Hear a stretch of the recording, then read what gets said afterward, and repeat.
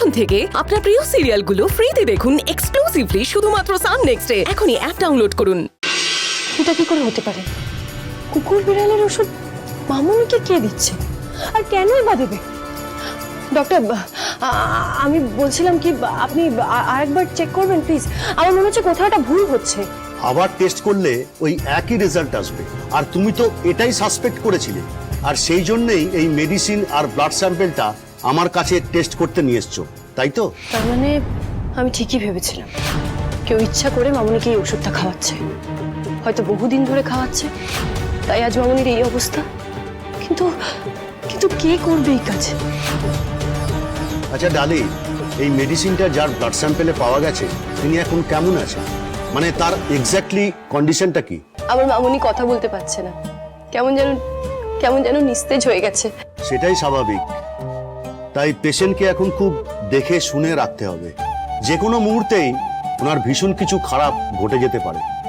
না, আমার মামুনির কিচ্ছু হবে না, কিচ্ছু না। ডালি ডালি প্লিজ একটু শান্ত হ। এখন তো টেস্ট করে সবটা বোঝা গেল, আর কোনো ভুল ওষুধ দেওয়া হবে না, তাই কিচ্ছু খারাপ হবে না। তুমি প্লিজ একটু শান্ত হও, সব ঠিক হয়ে যাবে।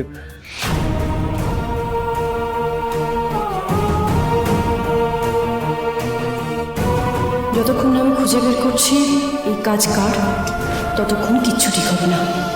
আমি স্পষ্ট বুঝতে পারছি মামুনির খুব কাছের কেউ চায় না মামুনি সুস্থ হোক, আর সেটা কি এবার আমি জেনে ছাড়বো। তো বাবিকে কতবার করে বলেছিলাম যে তুমি দুধ কলা দিয়ে কালসাপ পুষো না, সে আমার কোনো কথাই শুনলো না। আজকে দেখ কি অবস্থা হলো আমাদের। আমি তোকে বলছি শোন, ওই মেয়েটা না আমাদের সবাইকে না মেরে শান্তি পাবে না। মিথিলা, এই শোনো শেখর, তুমি না আমাকে একটাও কথা বলবে না। কি ব্যাপার শান্তনী, তুমি এখানে এই সময়? স্যার, এটা আমি কি শুনছি? দেববর্মন ফার্মাসিউটিক্যালস আমাদের O3 ফার্মাসিউটিক্যালসকে টেক ওভার করেছে? হ্যাঁ, ঠিকই শুনেছো তুমি। আমিও তোমাদেরকে বলতে চেয়েছিলাম, কিন্তু সমস্ত কিছু এত তাড়াতাড়ি ঘটে গেল যে তোমাদের বলার মতো সুযোগ হয়নি আমার। সমস্ত এমপ্লয়ীদেরকে চিঠি পাঠানো হয়েছে, রেজিস্টার্ড চিঠি এবং মেল, আর এর জন্য আমি আপনার কাছে এলাম স্যার। আপনি কি সত্যি আমাদেরকে এটা পাঠিয়েছেন? না তো, আমি তো কাউকে কোনো চিঠি পাঠাইনি। দাদা, তোর নামেও একটা রেজিস্টার্ড লেটার এসছে, আমি তোকে দিতে ভুলে গেছি। আমার কি লেখা আছে তাতে? আমি তো খুলে দেখিনি। দাঁড়া, আয়, আমি দেখছি না, আয়। এই চিঠিটাই এসেছিল, দাঁড়া খুলে দেখি। হ্যাঁ,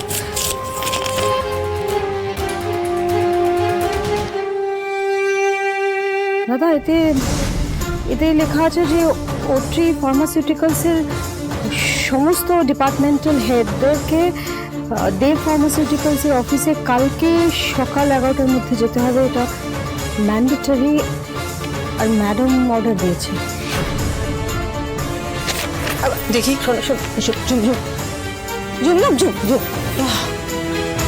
দেখো শেখর, দেখো সারাটা জীবন অন্যের কথা শুনে চললে দেখো এখন কি ফল।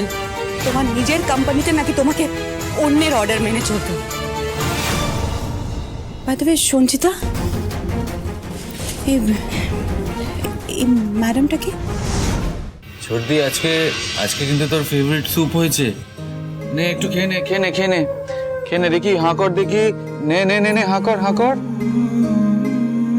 রিশু, এভাবে না হবে না, আমাদের মিমিকে এবার ডাকতেই হবে, নইলে মাসির মতো কিছুতেই খাচ্ছে না। বলো। আরে তুই তো জানিস বৌদিকে এই ঘরে অ্যালাউ করছে না, ভাইটা বারণ করে দিয়েছে। যা করার আমাদেরকেই করতে হবে। এই ছোটদি, নে হাঁ কর, চট করে খেয়ে নে, এরপরে খাওয়া দাওয়া হয়ে গেলে আমরা খেলা করব।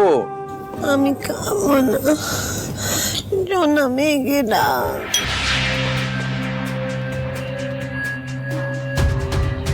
না না, এটা হতে পারে না। আমি এখনো বিশ্বাস করতে পারছি না এই বাড়ির কেউ, মানে মামুনির খুব কাছের কেউ, মামুনিকে ইচ্ছা করে ওষুধগুলো খাইছে। কিন্তু কিন্তু কে মামুনির এত বড় ক্ষতি করতে চাইবে, আর কেন? এই ছোটদি, নে হাঁ কর। আমি খাবো না। মামুনি, অদিতির ঘরে আর আপনি কোনোদিনও ঢুকবেন না।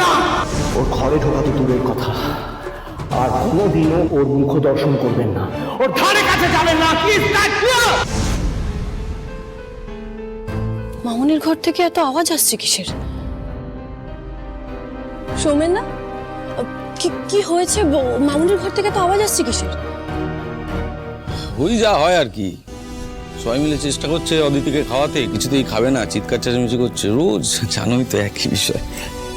ও আসলে আমারই ভুল, আমি মামুনির জন্য আলাদা করে খাবার বানিয়েছি। মামুনি তো সেটা ছাড়া কিছু খায় না। আসলে ওই ঠান্ডা খাবারের মধ্যে ওষুধের গুঁড়ো মিশিয়ে তারপর মামুনিকে খাওয়াতে হয়। আমি যাই, মামুনিকে গিয়ে সামলাই বরং। আবার অপমানিত হতে যাচ্ছ তো?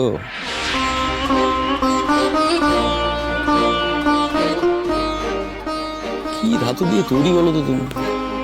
এত সহ্য ক্ষমতা পাও কোথা থেকে? এই যে তুমি অদিতির জন্য এত কিছু করো, তার বিনিময়ে কি পাও? চারপাশের মানুষের যখন যা তোমাকে বলতে ইচ্ছা করে কথা শুনে দিয়ে চলে যায়। আর কি পাও? উত্তর দাও, কিছু বলো অন্তত। আর পাও, এটা তো বড় লোকদের বাড়ি না, সবাই খুব মুডি, যার যখন মুড হয় তোমায় অপমান করে দিয়ে চলে যায়। আর কি পাও? সৌমেনদা, আমি যাকে ভালোবাসি তার জন্য আমি সব করতে পারি। আর মামুনিকে তো আমি নিজের থেকেও বেশি ভালোবাসি। তাই মামুনির জন্য একবার কেন, 1000 লক্ষ কোটি বার অপমানিত হতেও আমি রাজি। আমি আসি। আর কোনো অপশন নেই, বৌদিকেই বলতে হবে ছোটদিকে খাইয়ে দিতে। দাঁড়া, আমি বৌদিকে ডেকে আনছি। হ্যাঁ, এক্ষুনি ডেকে আনছি। কোথায় যাচ্ছিস? শেষবারের মতো বলছি, দাদা কিন্তু বারণ করেছে অদিতির ঘরে বাইরের কাউকে ঢুকতে, তারপরেও তোরা খাওয়াতে পারছিস না তো আমি খাইয়ে দিচ্ছি অদিতিকে, কোনো ব্যাপার না। দেখি অদিতি, অদিতি কি হচ্ছে? এই বোন আমার, এই তো এবার খেয়ে নেবে অদিতি। টাকা টাকা টাকা দেখি, হ্যাঁ এই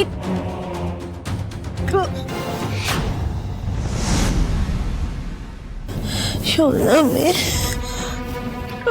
মেয়েকে ডাকো। রিকু, মাসিমণি না খেলে তো আমরা ওষুধও দিতে পারবো না, কি করবো বলো তো?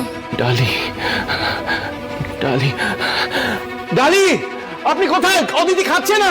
দাদা কি করছিস? ডালি প্লিজ আসুন। এদিকে ডালি প্লিজ। ভাইদা, তুই বৌদিকে কেন ডাক? সবাই ডালি আর রক্তিমকে ভুল বুঝছে।